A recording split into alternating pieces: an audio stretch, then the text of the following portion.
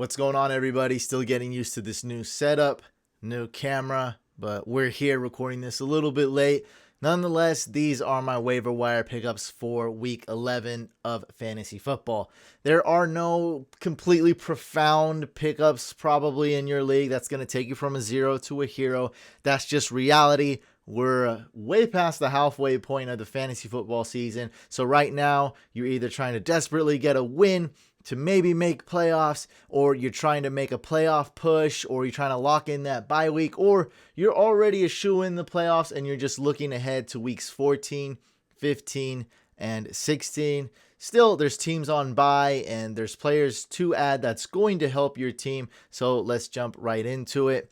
There are 4 teams on bye this week. That means there's still going to be some streaming options. The 4 teams on bye this week are the Bills, Bears, Giants, and 49ers.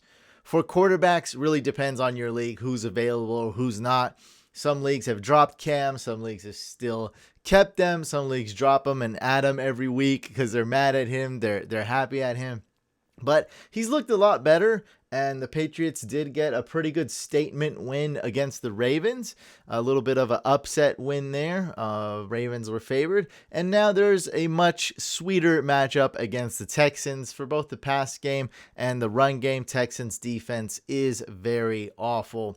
And a lot of this is going to be about news and looking ahead. And so just bear with me. Drew Brees is out now. It's a very optimistic scenario that he's going to be back in 2 to 3 weeks. That seems extremely unlikely to me. Also, when he's throwing and he feels good, he's going to also have to be cleared. Like, if this guy takes a hard hit, a 40-year-old man takes this hard hit, is his lung going to explode and have trouble breathing and stuff? So there's a lot of serious health issues with Drew Brees. So I'd say in redraft, it's pretty much safe to drop them unless you just got a free IR spot that you really don't need to use. So if you got multiple IR spots, that's cool. You can hold on to Breeze.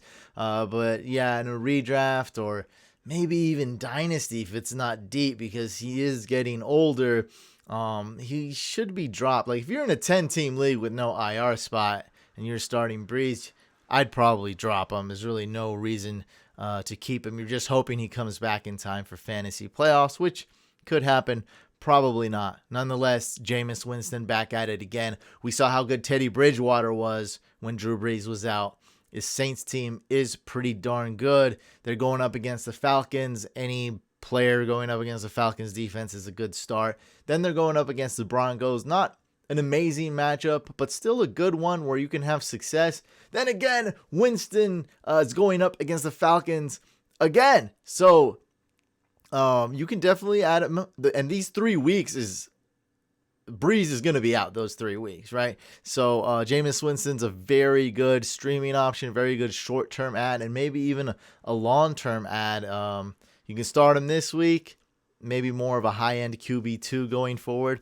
We'll see. I'd be very confident starting Jameis. And we got Carson Wentz here again. He is very risky, very volatile. We don't know what's going to happen, what we're going to get with Carson Wentz, but he does have some rushing stats. He's getting a lot of players coming back that are healthy. Other than the Eagles' run game, their running backs, which they use quite well, they've always been the past few years, it's really hard to trust this team.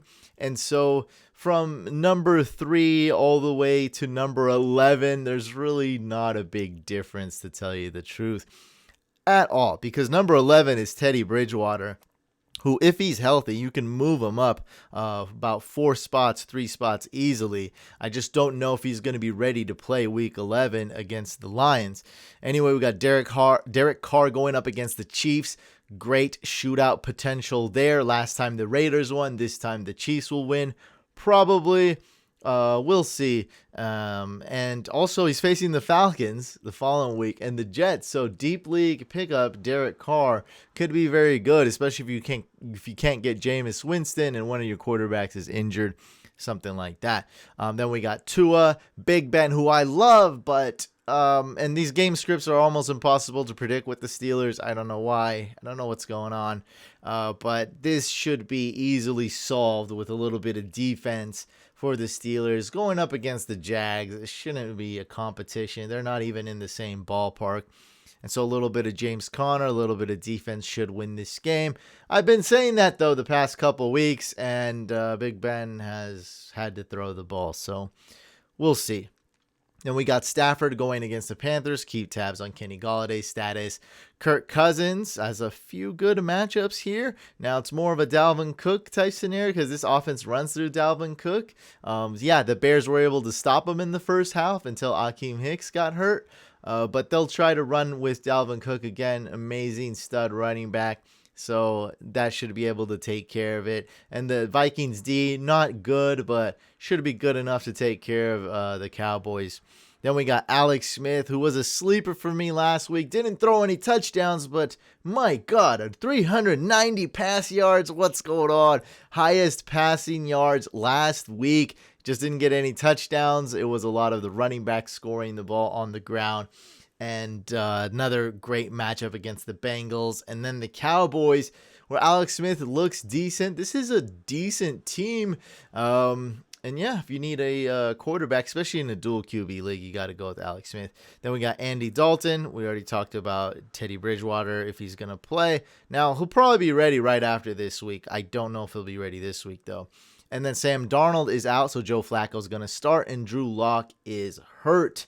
So I don't know who's going to start for the Broncos. Just wanted to throw that out there. For running backs, not really anything special to add here, but I did want to talk about some news. Right now, Rex Burkhead is not only the best running back on the Patriots, but he's passing the eye test. And, I'm very cautious on trying to make a prediction for the Patriots running backs, but Belichick seems to trust him in the run game. Belichick seems to trust him in pass blocking. Belichick seems to trust him in the pass game, that's for sure. And so why not keep using him unless he screws up and fumbles, which this guy's he's really not screwing up at all. And so he's at least worth an add, I'd say, if you have any running backs on bye or something like that. We still got a couple more bye weeks coming up here, and then it'll all be over in time for fantasy playoffs. Okay, maybe Sean McVay isn't as much of a sneaky snake liar as we thought, because Cam Akers led the Rams platoon in carries, 10 carries last week. And he looked good, too. It's not like the other running backs looked bad.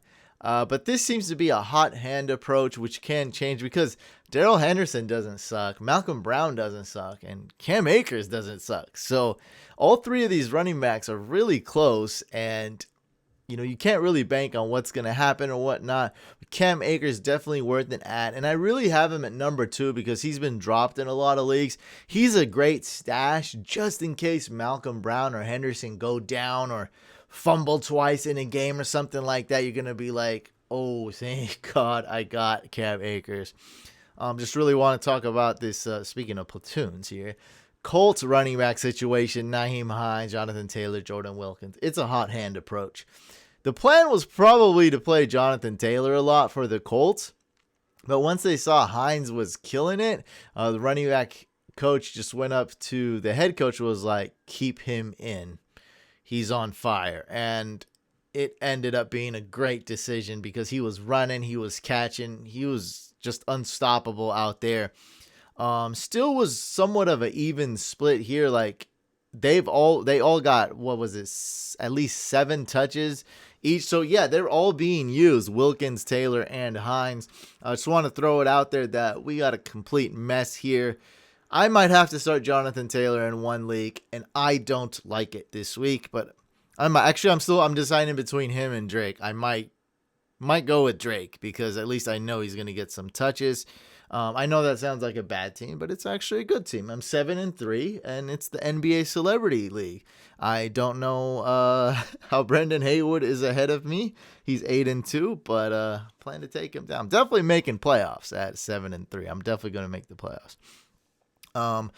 We got Frank Gore and LaMichael Pirine. Obviously, Pirine is a better running back to add, and Pirine's a better running back to add in PPR.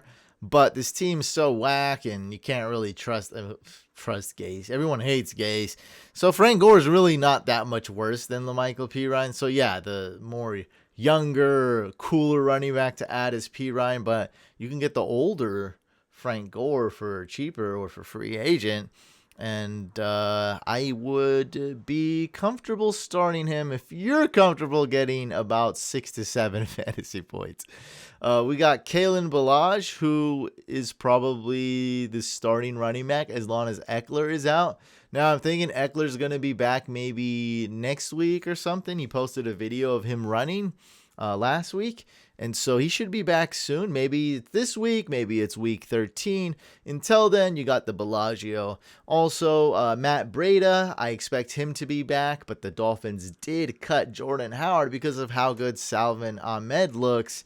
And so Salvon Ahmed, I'm pretty sure, would be the backup to Myles Gaskin, who is on IR and is going to miss some more time. And then we got Devontae Booker, who is taking a lot of carries away from Josh Jacobs. But Josh Jacobs' monster game last week, too. So nobody can really complain. The unstoppable Cole Beasley at wide receiver is a must-add, especially with John Brown constantly getting hurt. Seems to always be a lower body injury, something with his legs. And so I would definitely add him if you can. Remember, he's better in PPR. Remember, he is on bye. Just wanted to keep that. Just wanted to tell you that. Jacoby Myers, there's only one wide receiver for the Patriots apparently right now. Catching passes and throwing passes too. And that's Jacoby.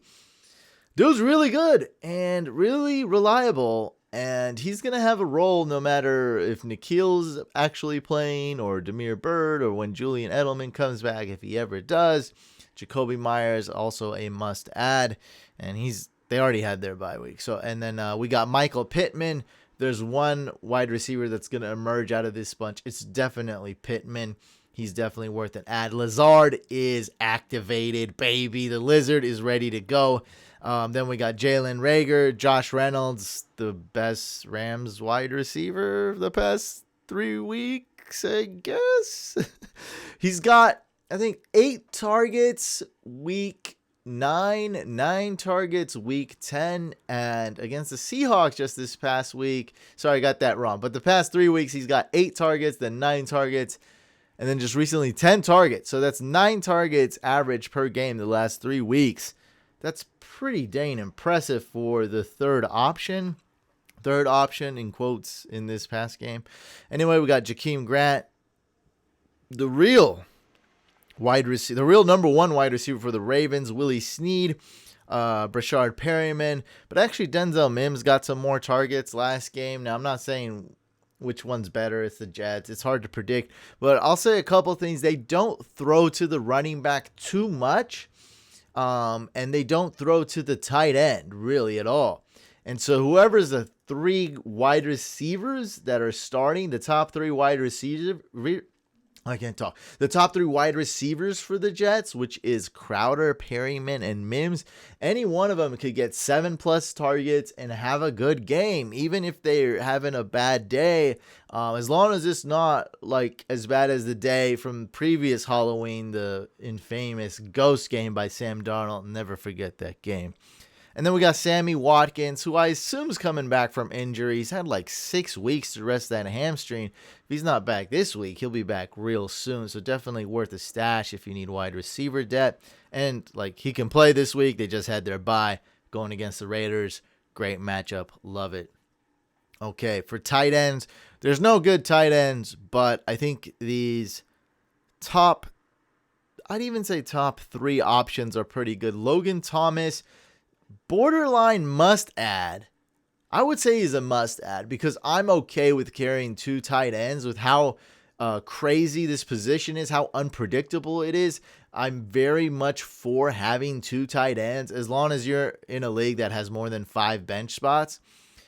Because like Jimmy Graham got 0 points last week. Noah Fant didn't do well. Darren Waller did meh. I mean, a little disappointing. Who else sucked? Evan Ingram sucked. And all of these disappointing tight ends, Did I name Hawkinson? I don't think Hawkinson was probably the most disappointing with Kenny Golladay out. Logan Thomas is really good. Alex Smith has typically been really good throwing to the tight end.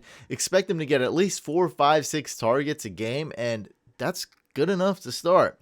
Then we got Dalton Schultz, who, because all these tight ends suck, Jimmy Graham's on bye.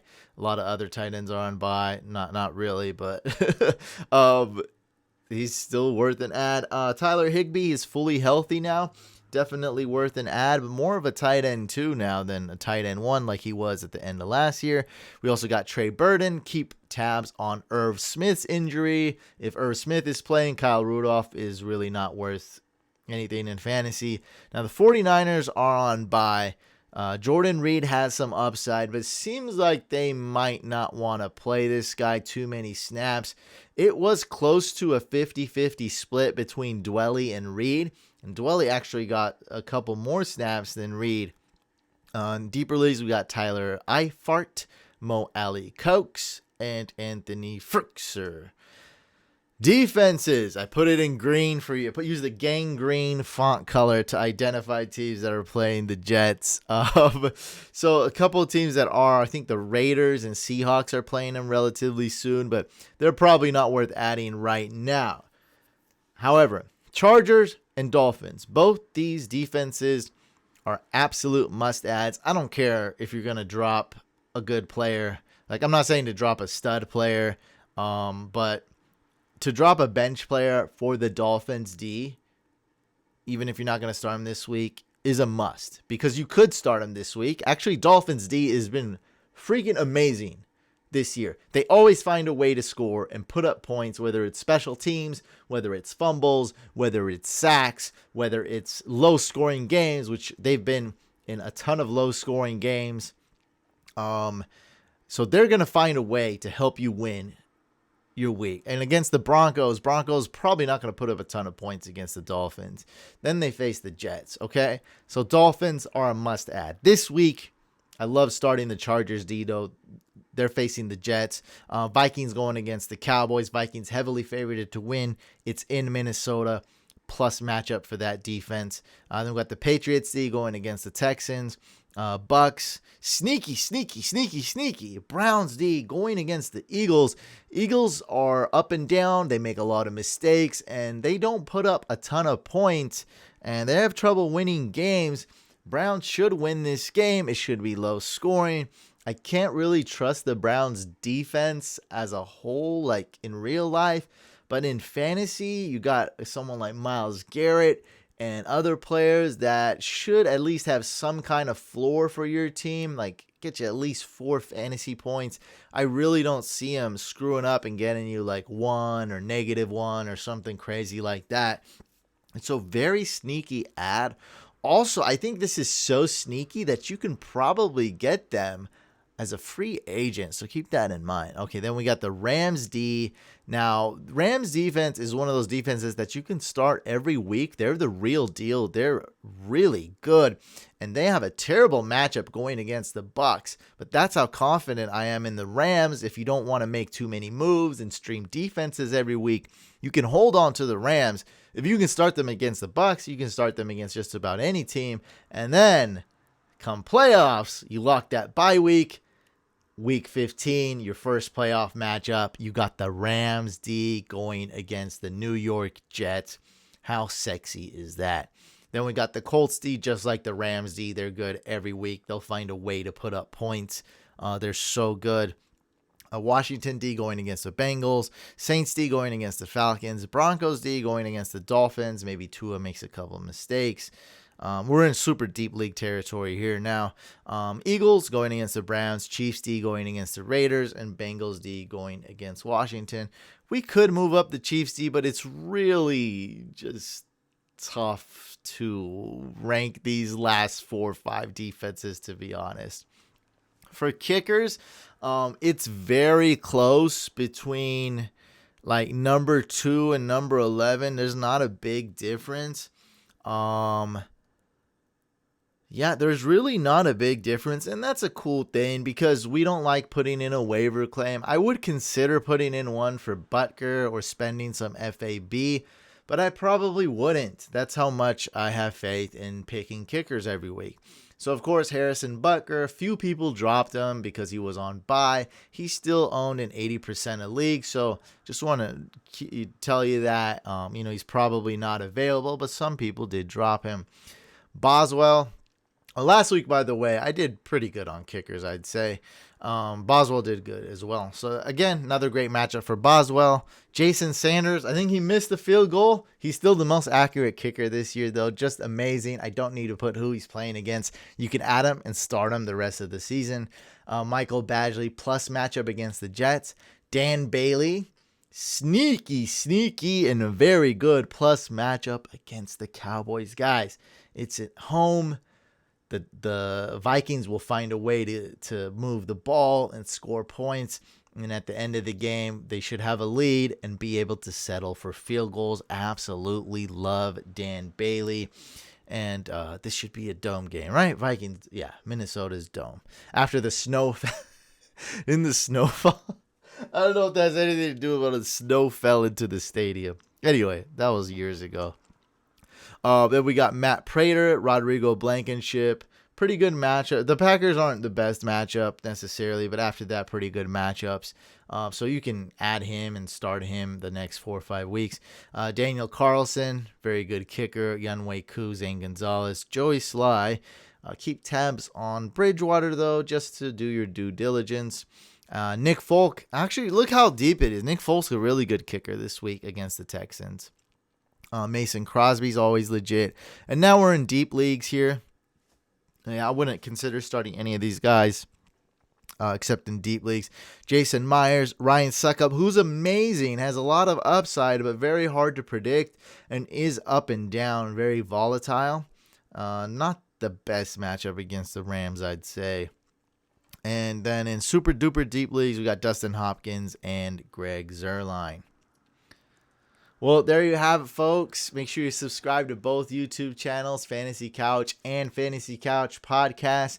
Links below in the description for merch and the Patreon. Lots of cool perks, including the Friday Patreon-only live streams, which are very valuable and lots of fun. Everyone seems to really enjoy those. We go live every Friday for the Patreons. Thank you guys so much for the support. Let's go get that W. Let's clinch that playoff berth and get that win, baby.